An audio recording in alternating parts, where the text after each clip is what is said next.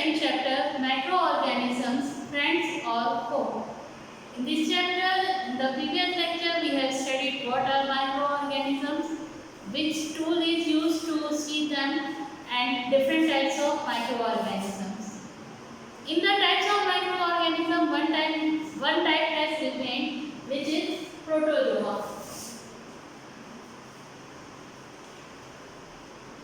So, what are protozoa? Protozoa are unicellular microorganisms which are like animals. So, we can say animal-like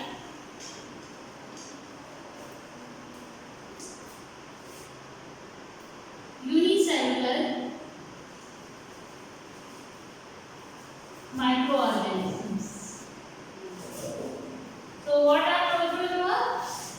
Protozoa are animal-like unicellular microorganisms.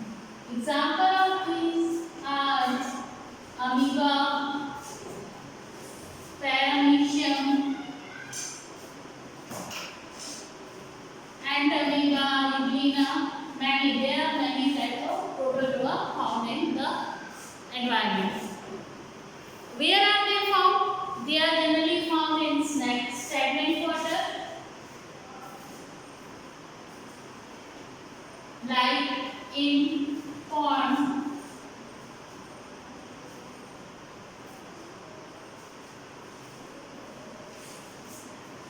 stagnant water in pond, in soil, in oceans,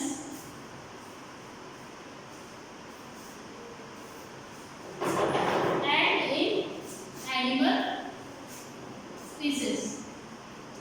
Animal feces means waste of animal. So, where are they found? They are found in stagnant water, in pond, in soil, ocean, animal feces. They are generally heterotrophic. They are heterotrophic. They are heterotroph or heterotroph. They are heterotrophs.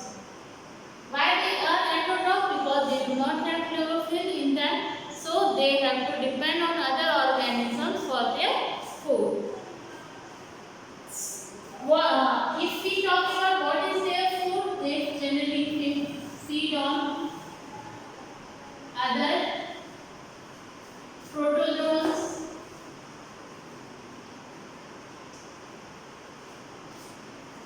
and some bacteria. They are parasitic also. They are found in the body of different living organisms. In human body also they are found. If we talk about how they move from one place to another, in movement found in protozoa. So yes, movement is found in protozoa. So how they move from one place to another? There are certain structure present in such organism which helps them to move. In some protozoa, like if we talk about amoeba, some kind of structure like this is found. These are called false food or pseudopodia.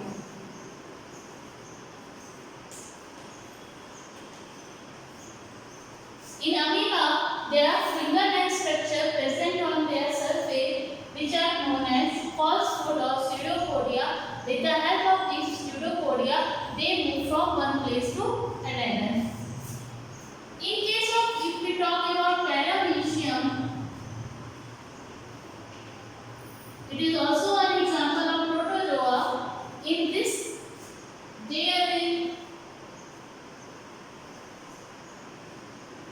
small hair-like structures are found all over the surface. These hair-like structure is called cilia. On the whole surface of paramecium, small hair-like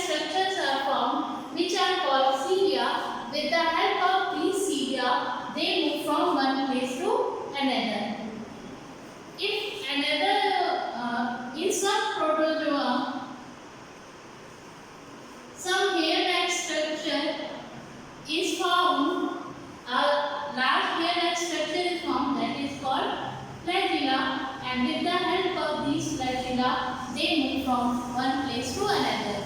So when we talk about how they move from one place to another, so protozoa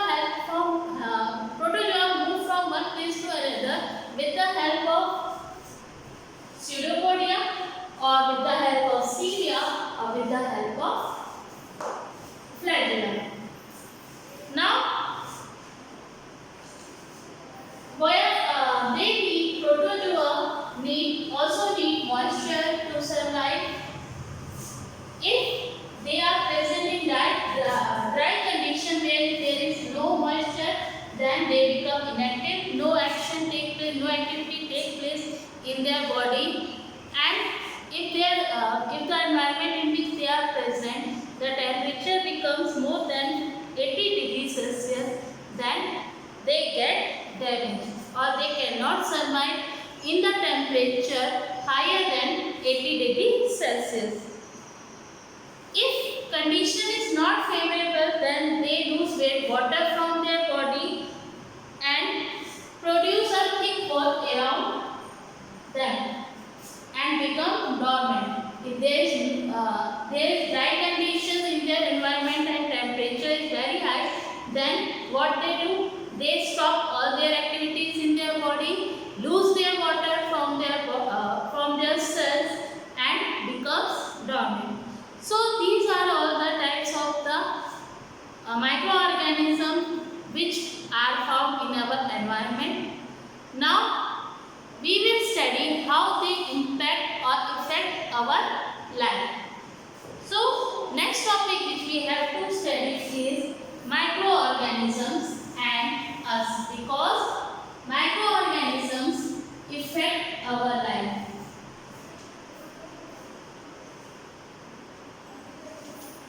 In this topic, we will study about some useful microorganisms and some harmful microorganisms.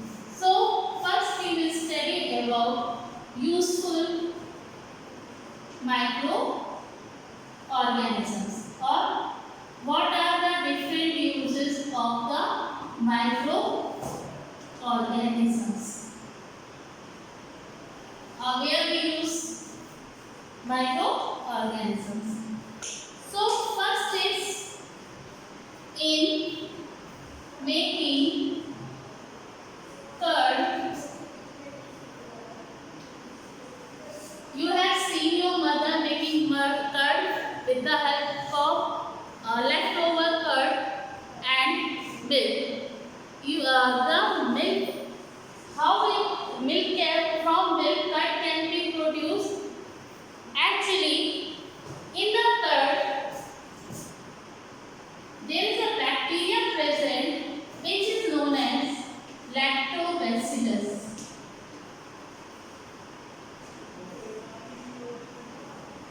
In curd, there is a bacteria present called lactobacillus bacteria or lactobacilli. What does this bacteria do? When curd is added to the milk or warm milk, it converts the milk into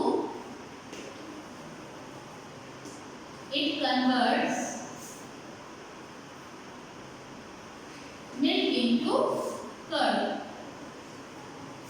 So, in this way, this bacteria is useful for us in making milk into curd. Cheese, you have heard about cheese. It is also produced from milk, and in making cheese, different kind of bacteria is used. So, to make different milk products, different bacteria are used. So, these bacteria are very useful to us. Now, the next part which we have to study is in making breads.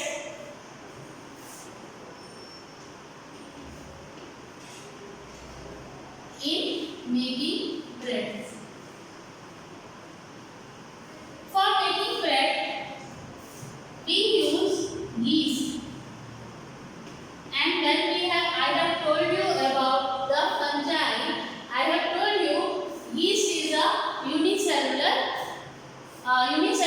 fungi. So it is also a microorganism. So microorganism, yeast is good for making bread. How yeast is used in making bread? To make bread, we take some amount of all-purpose flour, or you can say maida, and then we take half cup of warm water, a little warm water, and in that warm water we add 3 to 4 teaspoons of sugar, and then dissolve the sugar in the water. Then after dissolving sugar in the water, we will add half teaspoon of yeast in that sugar solution, and after that we will keep it for some time to activate the yeast. After half an hour, we will add that solution to the all-purpose flour and make a soft dough, and keep it for 2 to 3 hours after covering that dough. After 2 to 3 hours, we will see that dough has increased its size or it has risen. Why do this occur? Why the size of flour increases? It is because the yeast present in the dough, the yeast which we have added on in the flour, breaks down it breaks down sugar which we have added in the water into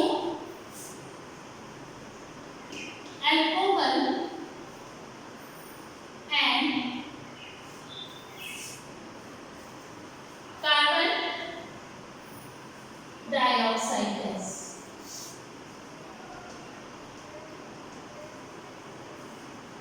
The yeast present in dough converts or breaks down the sugar into alcohol and carbon dioxide gas. When carbon dioxide gas is released in this process, the dough increases size, and this whole process is known as breaking down of sugar into alcohol and carbon dioxide. This process is known as fermentation process. This process is called fermentation. So, due to this process, the bread becomes very soft and spongy. So, in this way, yeast help in making bread. So, yeast is also very useful to us. Now, the next use of microorganism is third, production of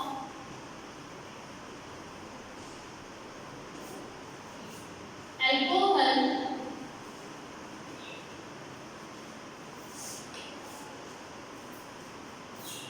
wine and vinegar.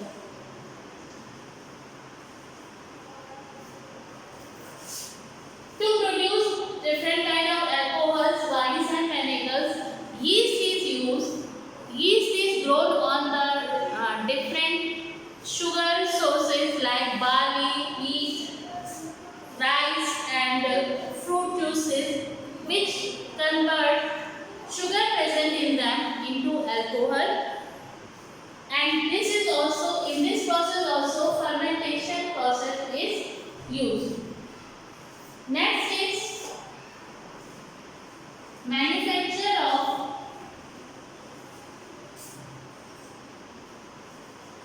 medicines and vaccines. Many bacteria, many microorganisms are used to make different kind of medicines, especially bacteria and fungi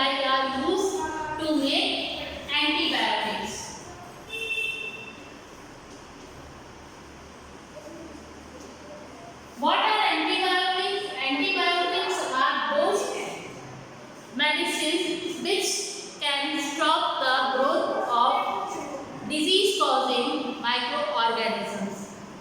The antibiotics are those medicine which stop the growth of different kind of microorganisms. So these antibiotics are produced with the help of different kind of bacteria and fungi. Example of such antibiotics is very good example is penicillium. Penicillium antibiotic is used to cure different kind of infections, a number of infections. To curing different kind of infection, penicillium antibiotic is used, and it is penicillin medicine is used, and this medicine is produced with the help of a bacteria known as penicillium. Penicillium. Sorry, it is a fungus.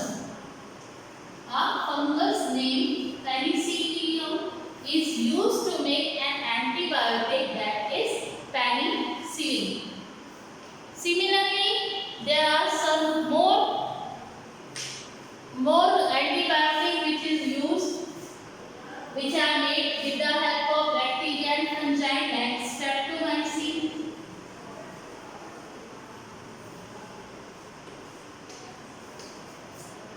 tetracycline,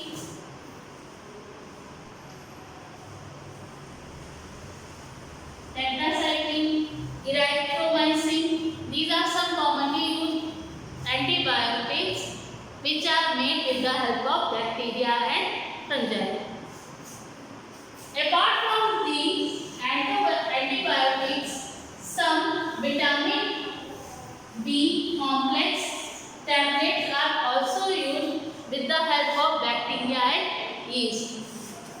Bacteria and yeast are used to make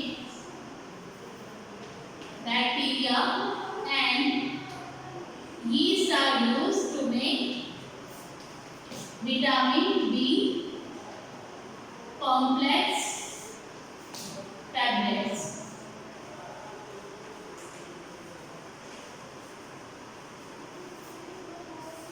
Insulin, you have heard about insulin medicine. Injection of insulin is given to the diabetic patient.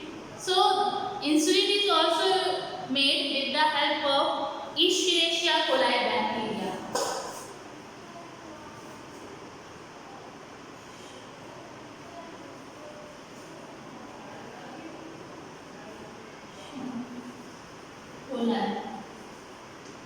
It is used to make insulin. Insulin injection is used by the diabetes patient. So it is made with the help of a bacteria known as Escherichia coli, or in short we can say E. coli. There are some viruses also which are used to make vaccines. As I have told you, viruses are disease-causing microorganisms. They cause different kind of diseases. To cure these diseases, vaccines are made, vaccines are produced, and vaccines are produced with the help of the virus which is causing the disease. To cure a virus-causing disease, vaccine is produced with the help of the virus which is producing the disease. For example, polio vaccine. Polio is a virus-causing disease. Polio is caused by a virus, and the vaccine which is produced to cure polio is produced with the help of the virus which is causing polio, not another virus. Only polio causing virus can be used to produce polio vaccine.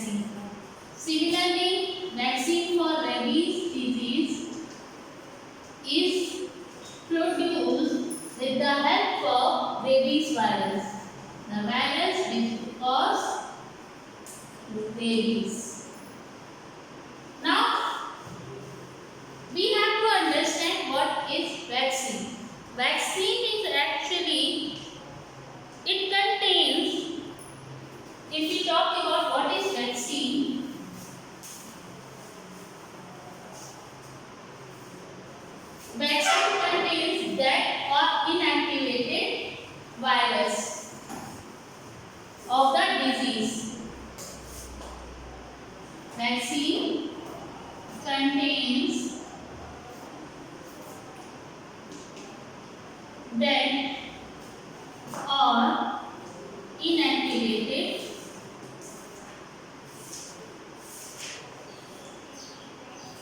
disease causing virus, and it is injected or given to the person which produces. When it is given to the person, its bodies make certain chemicals or substances known as antibodies, which helps them to fight against the disease or disease causing microorganisms. These antibodies remain in the body for a long time and help to cure the disease in the future. If in future same microorganism attack the body again, then they help them to fight them. So these vaccines can be given in the form of oral drops, like in polio. Babies or children are given in the form of oral drops or in the form of injections. Like in rabies, is given in the form of injections. There are other useful uses of microorganisms as well. We will talk about them in another video, and then we will talk about the harmful microorganisms. How do they harm us in the next video. Thank you.